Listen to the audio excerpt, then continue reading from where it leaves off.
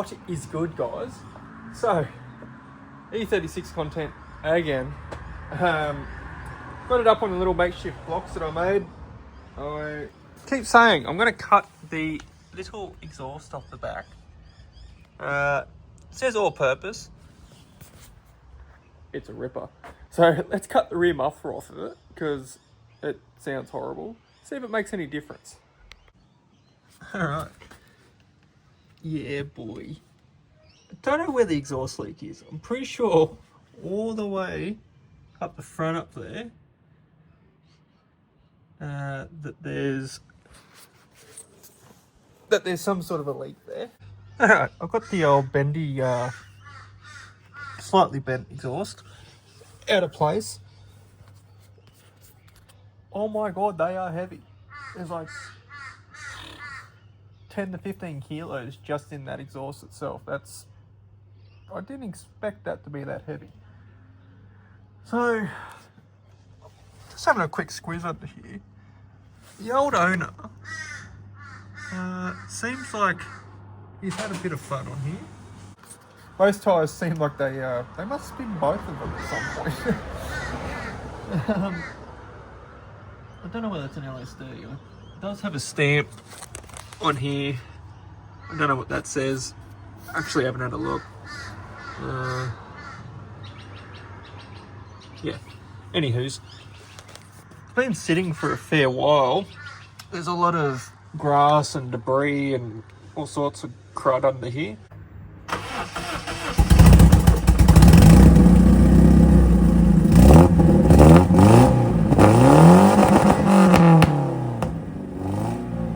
Okay, sounds a little bit more of a fart box, but doesn't sound like a tractor as much.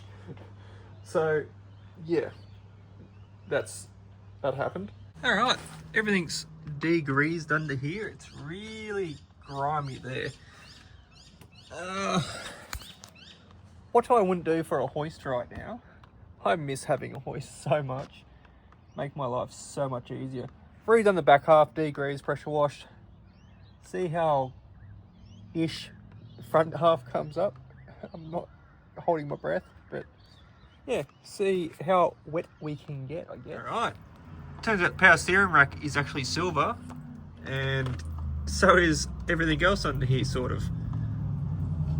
Not perfect by any means. Okay, so back on the ground. Took it for a little test drive in Mexico, just around the corner. It is an open diff, but it's dead tyres, as you guys seen. Overheating issue. This little Johnny here.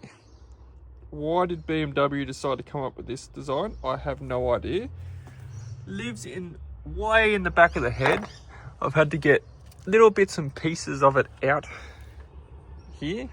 Hope that it's not gone too far with overheating and fried the head gasket. Like I said, if it does have a head gasket gone, well, can you weld in the radiator and let her eat. Parts of me want to do a compression test, parts of me don't. Leave me a comment whether you think I should do a compression test. I don't know whether I want my heart broken just yet with this engine or this car, because I'm pretty sure it's probably not going to be fantastic. But in saying that, the little test drive in Mexico, it seemed to be alright. Alright, next day, got the new part. The old one is Cactus. Massive thank you to, what are they called? Narang Euro. Not a sponsored item at all.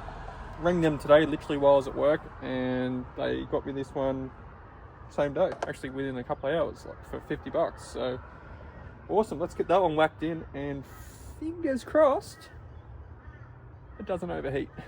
We'll see how we go. Okay, it's now night time. Finally got that in. That is not fun. I've had a little, I've sort of broke the oil breather line off.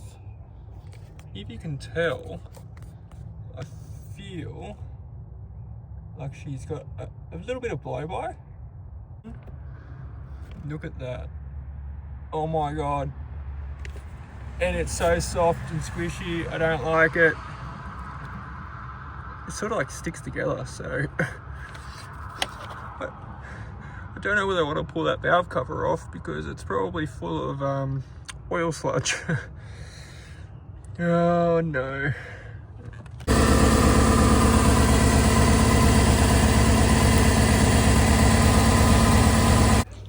Okay, we're at this point. As you can tell by the video clip, it's definitely got a blown head gasket. Head gasket or cracked head. I haven't pulled the dipstick. I haven't done a compression test. I'm just gonna send it with this first and pray to God. Oh no, just pulled the cap off. That's not good. Not good at all. Tiny, like, residue. I don't even know where the dipstick is on this. Okay, so can confirm that it is definitely pressurizing the system. The chemi weld is still in there, as well as all over the car now, and all over me. I don't really want to pull the head off of this, but everything's leading like I need to. If anyone has any leads on a cylinder head, may potentially need one. I don't know anything about these engines, so if I need to put a head gasket, it's going to be as cheap as I possibly can, home job. Let me know if I need to change bolts, you know, for the cylinder head bolts. Feel like they're going to be a one-time use bolt. Send me some links on, you know, what stuff I can use for as cheaply as absolutely possible. And if I need a head, if anyone has one laying around they want to get rid of cheap or want to donate to the channel, please sing out and let me know, because by the sounds of it, I'm going to need one. We're at this point. We've got to do the compression test. Plugs look a bit, hey, how you going? Can confirm there is coolant mixing. I was hoping I didn't have to do this, but looks like we're pulling the head off. I was thinking about doing an M50 swap. I can get one cheap enough, but for an extra 100 cc's of displacement and 2 cylinders to make it heavier, I don't really see the point, to be completely honest. So I'm going to pull the head off this, more than likely. If I'm going to that extent, let's turbo it. Why not? We'll just do a ghetto install, rising rate fuel pressure reg, just let her eat. That's not ideal. Just finished the compression test. Done it like 3 times just to confirm numbers. She's rough. 165 cylinder 1, 85 on cylinder 2, 0 on cylinder 3, and 50 on cylinder 4. Ooh. I don't know whether it's worth pulling the head off it now. I'm going to pull the valve cover off and have a look under there and see whether there's any broken valve springs or something. I don't know anything about these M43s. Might be doing an engine swap. That's not what I was planning on doing. If this engine is absolutely busted, I'm just going to have to probably end up swapping it to the M50. Just sort of go pick it up if that's the case and do the conversion. That's not ideal. Alright, time to lift this cover off. I'm a bit worried, but let's do it together.